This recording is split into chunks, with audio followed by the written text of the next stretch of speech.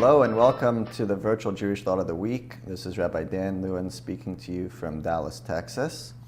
Today we're going to discuss the mechanics of free choice.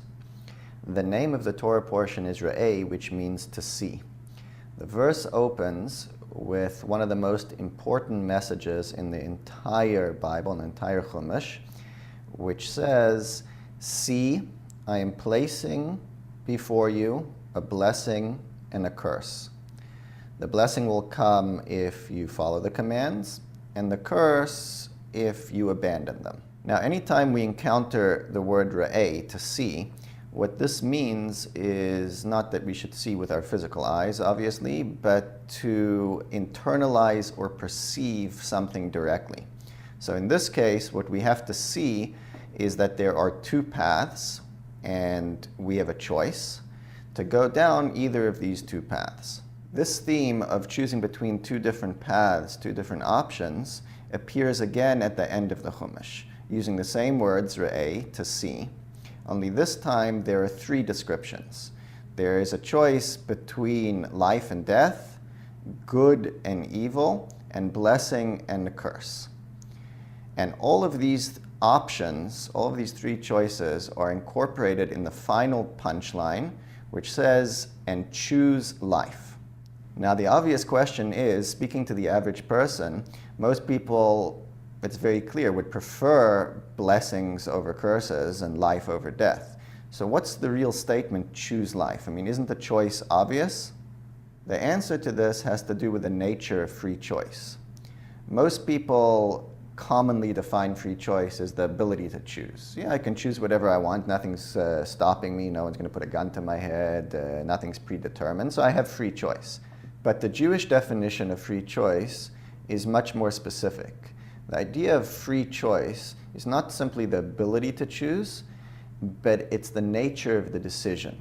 It means that I make this decision free from outside influences, free from being controlled by my passions, my desires.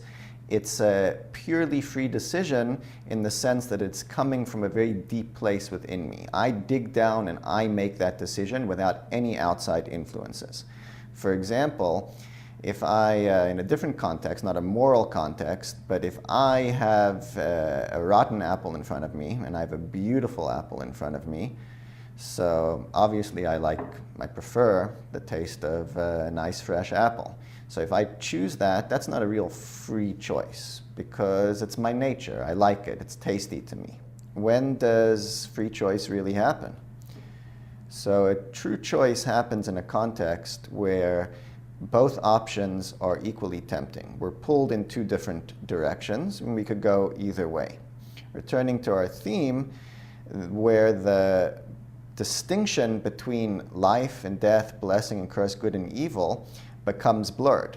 Like there are some times where something that will bring us a curse or something that is a pathway to death poses and looks very beautiful, looks like life.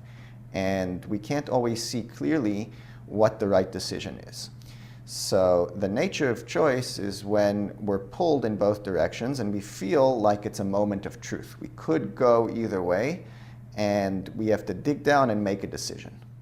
At that point, we can call upon three levels of motivation: good, pleasure, and profit. Good is the innate sense of right and wrong.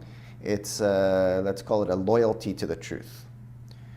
Pleasure is a sense of beauty, an appeal to the senses, desire, a consciousness of form, of what's beautiful, pleasurable. And profit is what will benefit me the most practically. Most of the time, a sense of what's pleasurable or profitable is the dominant force behind our decisions.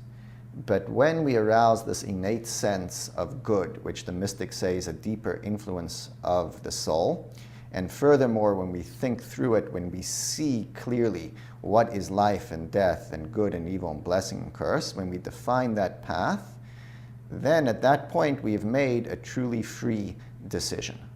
So the lesson to take home is to be more conscious of our daily decisions, and when we feel that we're being pulled in two different directions and can sense the competing forces inside of us, we remember the command to choose life and the power of free choice. And the more we get in the habit of doing this, the more ultimately we can make truly free decisions. And when we look back, these are the moments that define us. Thank you for watching, for your time. If you like this, please forward it to anyone you think would be interested. I would love to hear your comments and feedback. You can email me at the address below if you would like to sponsor a dedicated video, and I look forward to speaking with you next week.